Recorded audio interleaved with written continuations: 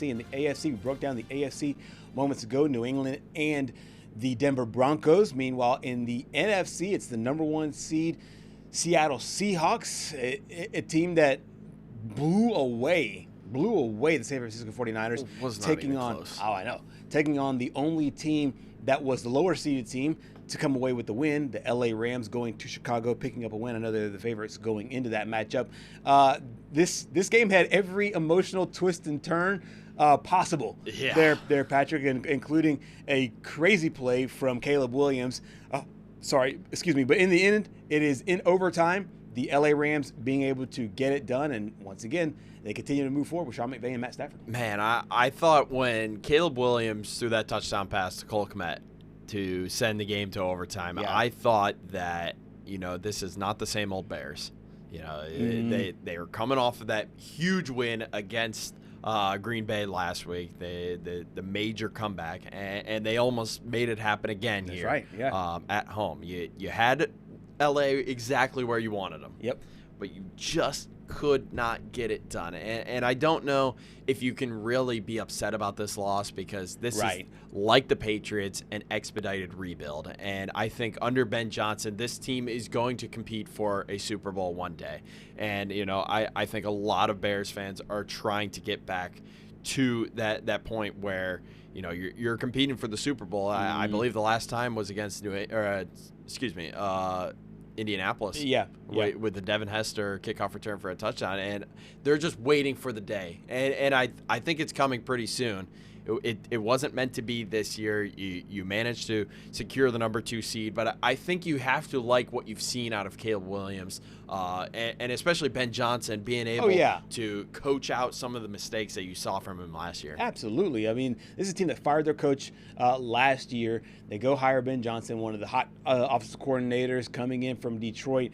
And I think in the same way we're talking about Mike Vrabel and Drake May, you're seeing this with Caleb Williams and Ben Johnson, where it seems like this will be a marriage that works long term for this football team. But I'm with you. I think that the Rams are just a little bit too much. I thought that maybe this might be like a team of destiny kind of thing with the Chicago Bears. Yeah.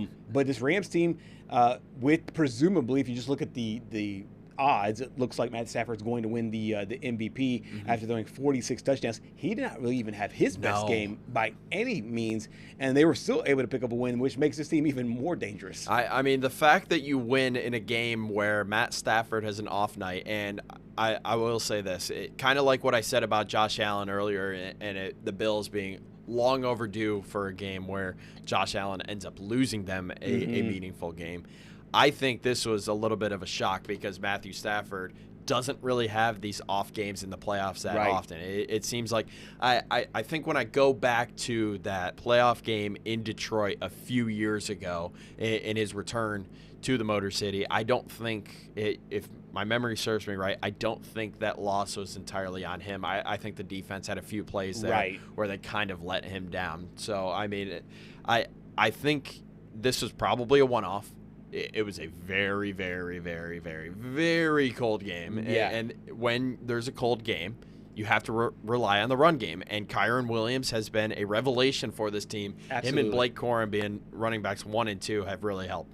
Absolutely. They were able to get it done there. What I found really interesting is all the talk on the front end was all about the weather, and half of the Rams were wearing short sleeves. It kind of took that whole notion that this cold weather, this warm weather team will not be able to win in those conditions, in those cold conditions. Yeah. They came out there and proved that temperature meant nothing to them and ended up getting there over that win. You talked about that touchdown to Cole Kmet.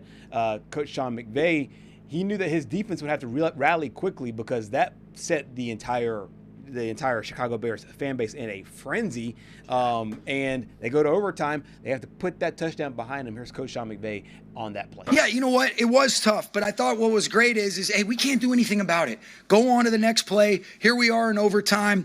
What happened then is done with. And we always talk about being in the moment, being totally and completely present. And I thought our guys did a great job of that. And I was really kicking myself because I felt like when we possessed the ball first, and I had mentioned it, I thought that possession was going to really cost us, and there's no excuse for that. I have to be better for our group. I will be better for our group. But, man, I just can't say enough about the defense. what they did, and then for Cam Curl to be able to make that play, what a freaking catch, and then offensively for those guys to do what they did, to be able to go get in field goal position, and and we had some chances. I thought we were going to be able to get a walk-off there with Colby or Ferg, but it didn't work out, and then Mevis ended up making it true, and here we are, and excited to be able to get a chance to work again.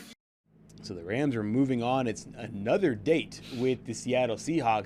Third time, and we just saw another third matchup when the Seahawks and the 49ers played. I am really interested in this. How do you see, I know we'll have plenty of time to break this down throughout the week, but how do you see this game playing out? Because like we've said, these are divisional opponents that know each other well.